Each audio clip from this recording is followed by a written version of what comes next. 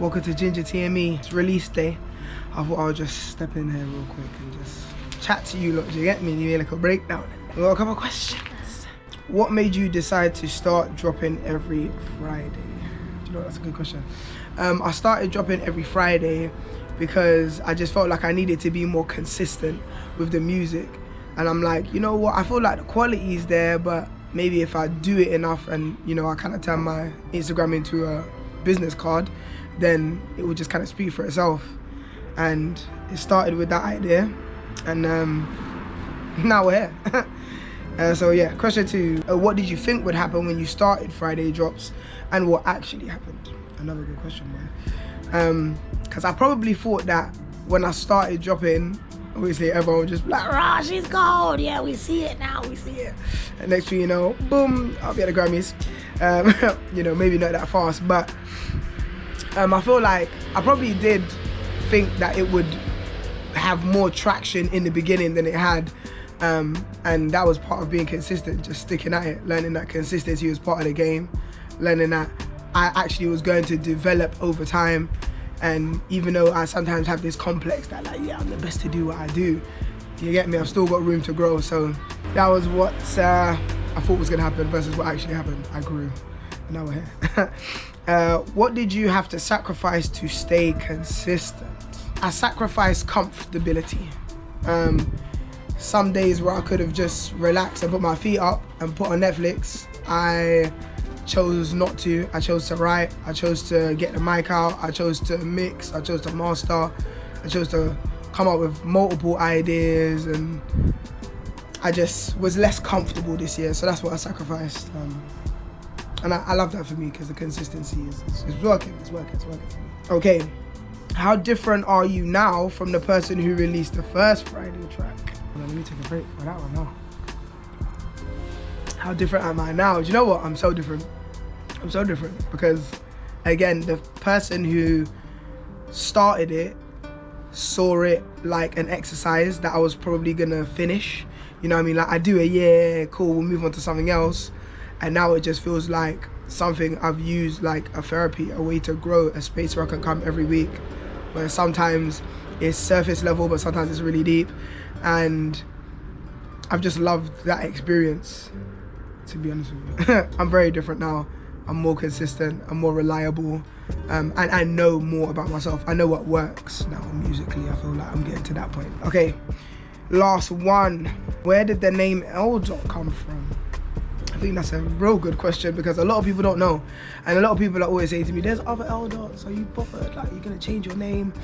And I thought about changing my name, you know, to something unique, but I just wanted to stay true to the core of who I am. So L-Dot actually comes from my first ever rapping name. Back when I was young, I wanted to rap, and my brother used to rap. I asked him to give me a name, and he called me Little Miss Rockers. So I like that name and I held on to it. When I get older, I didn't want to be Little Miss anymore, so then I was Lady Rockers. But then it felt a little bit too proper, like sometimes when I was with a random, so I just shortened it down to L-Dot Rockers. And then naturally, that itself just got shortened to L-Dot. Everyone started calling me L-Dot, L-Dot, L-Dot. And now we're here. So really, this is just like a transformation and final formation of that original name that my brother gave me. Shout out to my brother. So yeah. Built brick by brick, now the blueprint's digital. Grew from the ground up till growth visible. Updating the foundations pivotal. Broke my back trying to make the original. Price on the rise like a slideshow visual. Can't minimize if it ain't been minimal. Now I'm aligned in a way so clinical. Not to turn up on a Friday's criminal. Growth so steady that it looks invisible. All of the moves that I made feel spiritual. Witness the grind, no cheat codes clickable. Love for the process, unconditional. Dream so big it became a logistical nightmare, but I wouldn't fight fair. Took it to the gram and I take it, getting 5 shares. Mother haven't had to shell it, showing like light years. They're in my comments telling me to upload that. Self-conscious, don't wanna upload crap, but the streets are hungry, I feed them a rap. They need energy cause I'm leading the lap. They're in my comments telling me to upload that. Self-conscious, don't wanna upload crap, but the streets are hungry, I feed them a rap. They need energy cause I'm leading the lap.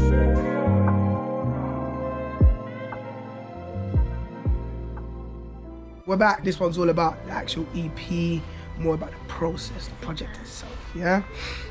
So let me talk to you, like what we got How did you choose which tracks made the EP and which ones didn't? Everyone always wants to know that.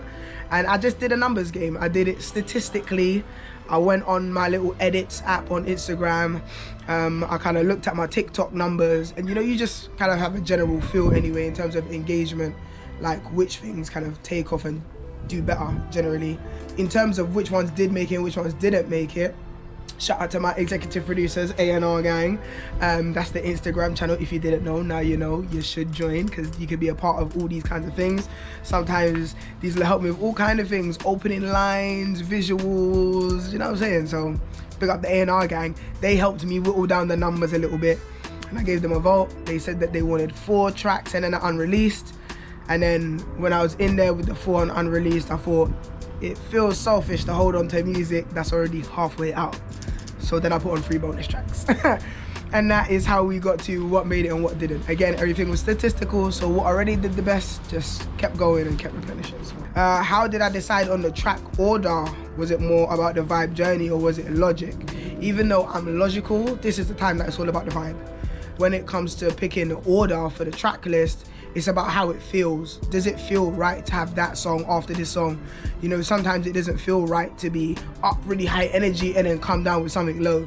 So it was definitely a vibe journey. Hopefully you lot are enjoying the vibe journey. Tracks 1 to 9. This album, like real talk, is elite. It's elite. When I opened it on Spotify and I saw all the tunes were like 1 minute, I was thinking, this is going to be peak for me, because if I hear a song I like, I know I'm not going to have enough of it. You know what I'm saying? Red Sky, I thought, this is sick, it can't get better than this. And then it goes into Coexisting. Those two, and the transition between each of those tunes is just perfect. I could have this on loop for hours, because everything just, it's cohesive, man. It's cohesive, and everything being like a minute long or so leaves you wanting more. Like, it makes you want to listen to it over and over and over again. Perfect album for me to listen to this evening. It came at just the right time. I just wanted to let you know, innit? What else have we got? Usually what comes first for you, is it the beat, the melody, or the concept? To be completely honest with you, it's a jambalaya of all 3. Sometimes I find a beat and I'm like, that's cold, I need to write to it. Sometimes I have a bar maybe in my head and then I just start writing, and then maybe I think the verse is cold and I just find a beat that has the perfect pocket. Or sometimes I have a concept, like, maybe an experience that I want to try and capture, and then it just depends on whether I'm finding the beat or finding the words first. What is a small detail in the EP that you're proud of that most people won't notice? I don't know, it's got to be something in the mixing, the mastering of it, because a lot of artists probably don't mix and master their work as well. So for me, when I get little compliments like, that sounds really good, those mean a lot to me. Things that you won't hear, but things that you can feel. I'm very happy that you mixed the master this. Like, I am enjoying listening to your project. Like, this is cold. Well done, my G, man. Well done. And last question for episode 2, the brew. How do you know when a song is finished or when to let it go? Good question. I know when a song is finished because I've got the bounce. Like I said, I'm in the pocket. It's a feeling. It makes me want to move. It makes me want to dance. And when to let it go is when you can't get there. Like, you keep trying. You're like, maybe if I had a reverb, maybe if I had a delay, maybe if I auto-tune it, maybe if I pitch it up, pitch it down. You keep trying, and it's like, I'm swinging. It's not hitting. I'm not dancing. New file. I'm saying new file. But that's us. Hopefully you lot are enjoying it. Change it to me.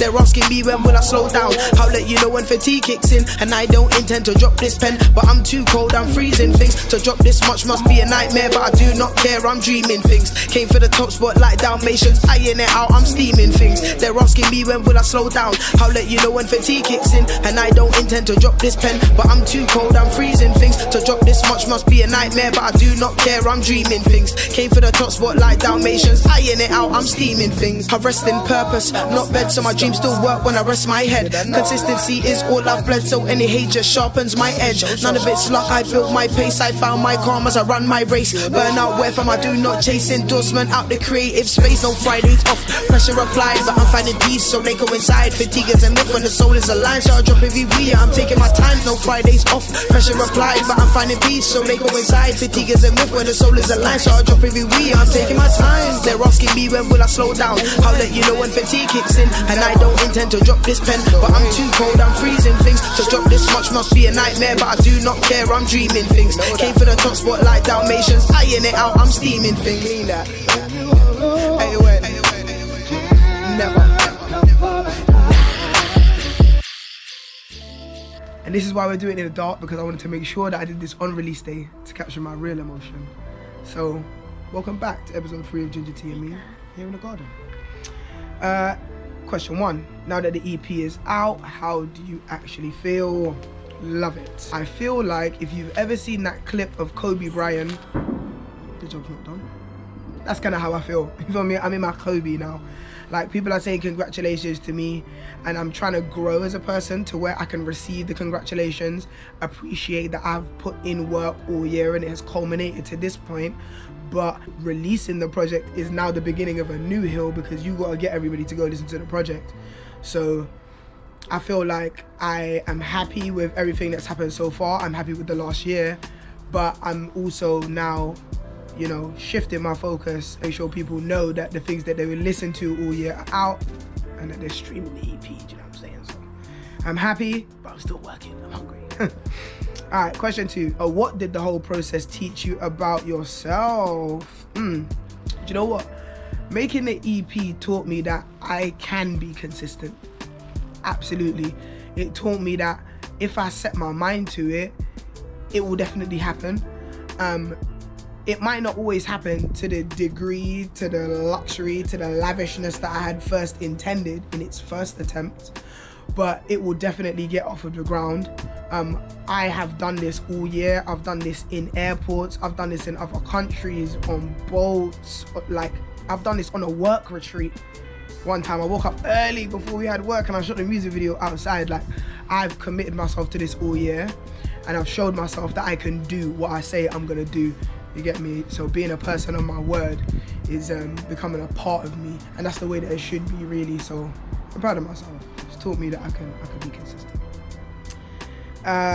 Who showed up for you in ways that you didn't expect? Do you know what? Everyone has showed up for me in ways I didn't expect, because I myself, as a person, I know even when I'm just on Instagram, sometimes I'm stingy with the likes. It's not on purpose. I can literally be laughing at something, showing other people, like, oh my god, this is hilarious. Then I forget to like it. But I enjoyed the content, but I didn't engage. So I know how easy it is to do that for me. So it could be easy for other people to do that. Yet when they've seen my content, there are people who have continuously engaged with it, reposting it, liking it. They're in the comments. There are literally people looking out for these drops on Fridays, and that is just an elite feeling, to be honest with you. The idea that these things that I'm thinking of, these ideas in my head, someone somewhere is waiting to see what that sounds like again. That's what you ever really want as artists, people to listen to it. So yeah, I feel like all you lot just supported me and held me down. Big up to all you lot, especially the A&R gang. Do I feel like this EP is closure or the beginning of something new? You know what?